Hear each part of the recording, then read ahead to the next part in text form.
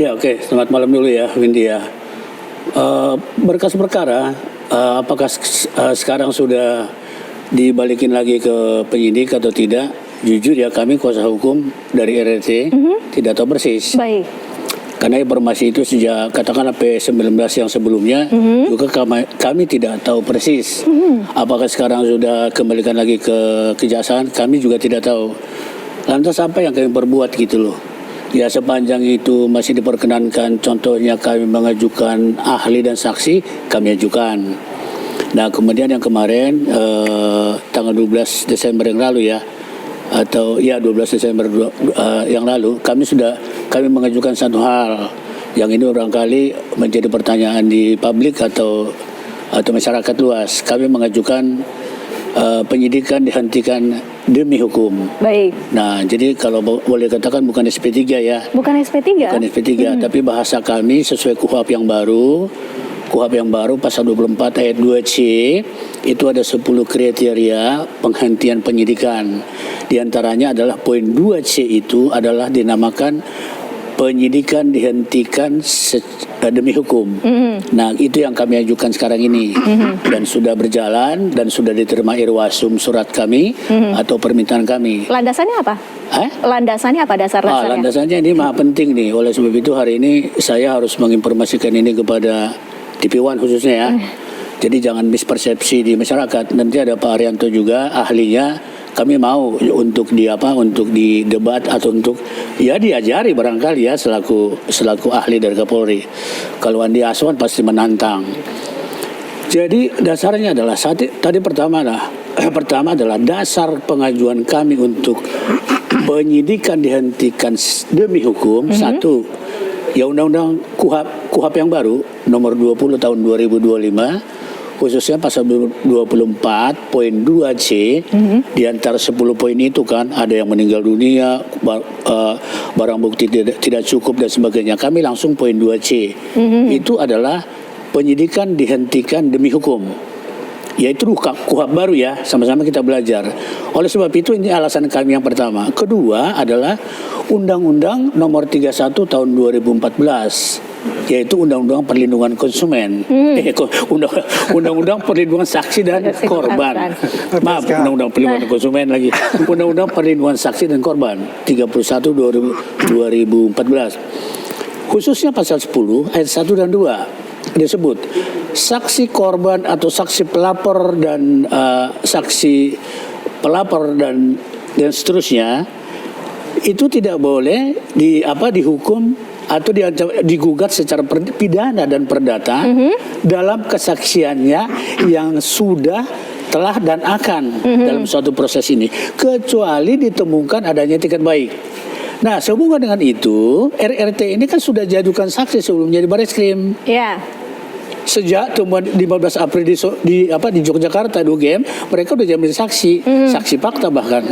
Dan tanggal 30 Juni 2025 rekan kami Al-Katiri mengajukan resmi surat itu bahwa bertiga ini khususnya Rismond dan Roy diajukan sebagai saksi di situ. Iya. Tapi Abang melihatnya apa benar bukti-buktinya ini belum cukup? Kalau kita kembali ke itu ya, mengenai tidak cukup atau tidak, kami nyatakan berarti belum cukup. Karena kami masih direspon, khususnya pengajuan ahli dan saksi kami kan. Kalau sudah cukup pasti dikunci oleh kejaksaan, ya pasti limpahkan ke pengadilan kan. Nah justru inilah dalam kesempatan seperti ini kami ajukan kesempatan tadi. Nah ketiga tadi alasannya adalah Perkapolri nomor 10 tahun 2009. Ya penyidik proses yang ada di Mabes Polri Dumas itu sudah ada penyitaan, ada pemeriksaan laboratorium, ada pemeriksaan TKP dan seterusnya. Jika dihubungkan dengan KUHP poin 1 pasal 1 poin 16 itu seharusnya tahap penyidikan, penuntutan dan peradilan. Jadi nggak cocok. Nah, itu alasan kami kedua. Makanya kami ajukan penyidikan dihentikan demi hukum. Baik, Bang. Kalau kita lihat adalah bahwasanya ini sudah masuk ya P19. P19 ya. Artinya memang dilengkapi. Ada 3 poin untuk itu dan itu sudah dilengkapi oleh pihak kita.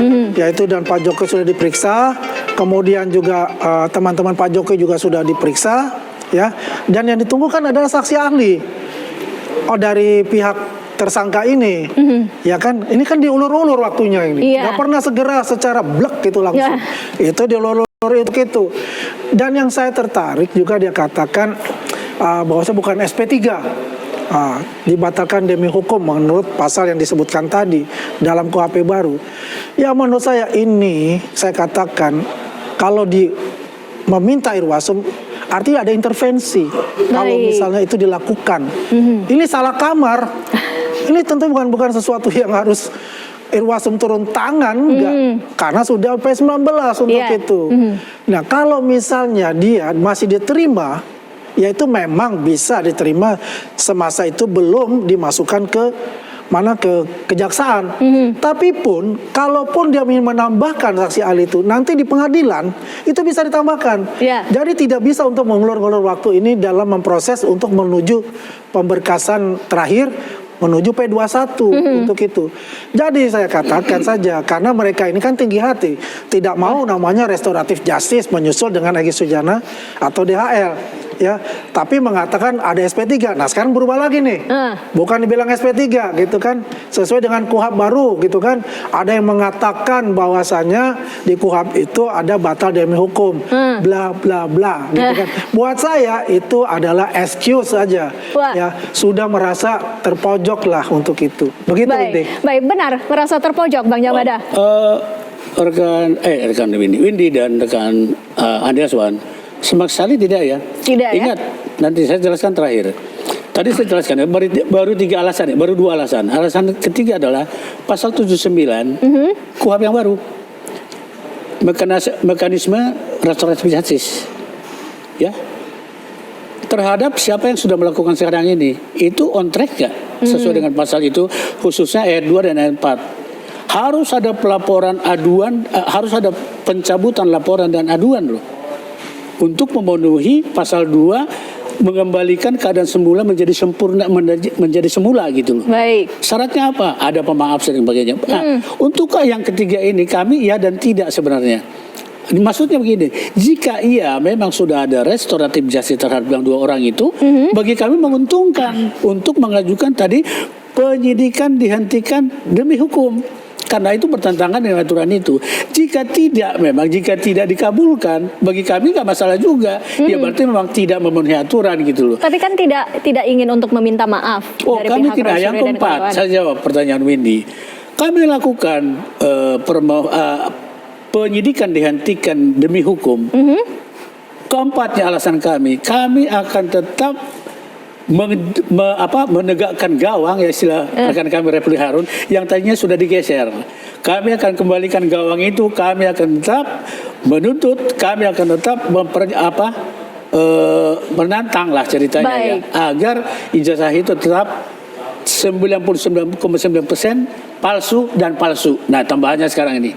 Bukan palsu dan asli loh, sekarang istilahnya palsu dan palsu. Baik, Pak Haryanto, secara hukum ini mekanismenya sesungguhnya seperti apa sih Pak? Ya kalau menurut saya melihatnya sekarang ini ya sudah sesuai berjalan dengan hukum yang berlaku. Betul. Ini kan masalahnya kan yang kalau penyidik yang hadapi sekarang ini ya, itu kan penyidik menghadapi dulu ada 2 laporan. Yang satunya lagi pengaduan di Bareskrim, yang itu dilaporkan tetapi karena kurang alat bukti, kurang bukti yang permulaan, sehingga Bareskrim tidak bisa menerima sebagai laporan, sehingga hanya dumas. Akhirnya itu tidak masuk sebagai laporan dan itu dihentikan di penyelidikan. Kemudian Pak Jokowi lapor di Polda Metro, laporannya 1, tapi kemudian ada para penggemarnya yang ikut bikin laporannya tadi dijadikan 1 oleh penyidik supaya gampang menyidiknya kan gitu kan. Nah inilah yang sekarang didalami ya. Dan kasus ini sekarang yang sudah sampai di penuntut umum kemarin itu dikirimkan, terus kemudian kan P19. P19 itu artinya bahwa berkas yang dikirimkan oleh penyidik itu oleh jaksa setelah diteliti masih ada kekurangannya. Nah makanya jaksa memberikan petunjuk yang namanya P19 itu. Saya dengar kemarin itu apa petunjuknya? Ya 1, suruh dalami lagi keterangan yang berkaitan dengan Pak Jokowi, kemudian dalami lagi beberapa keterangan ahli dan sebagainya. berkas dikembalikan kan. Kalau maaf ini di sini kenapa jadi membingungkan karena begini. Ini sekarang lagi para peralihan ini. Iya. KUHP maupun KUHP beralih kan. Iya, betul.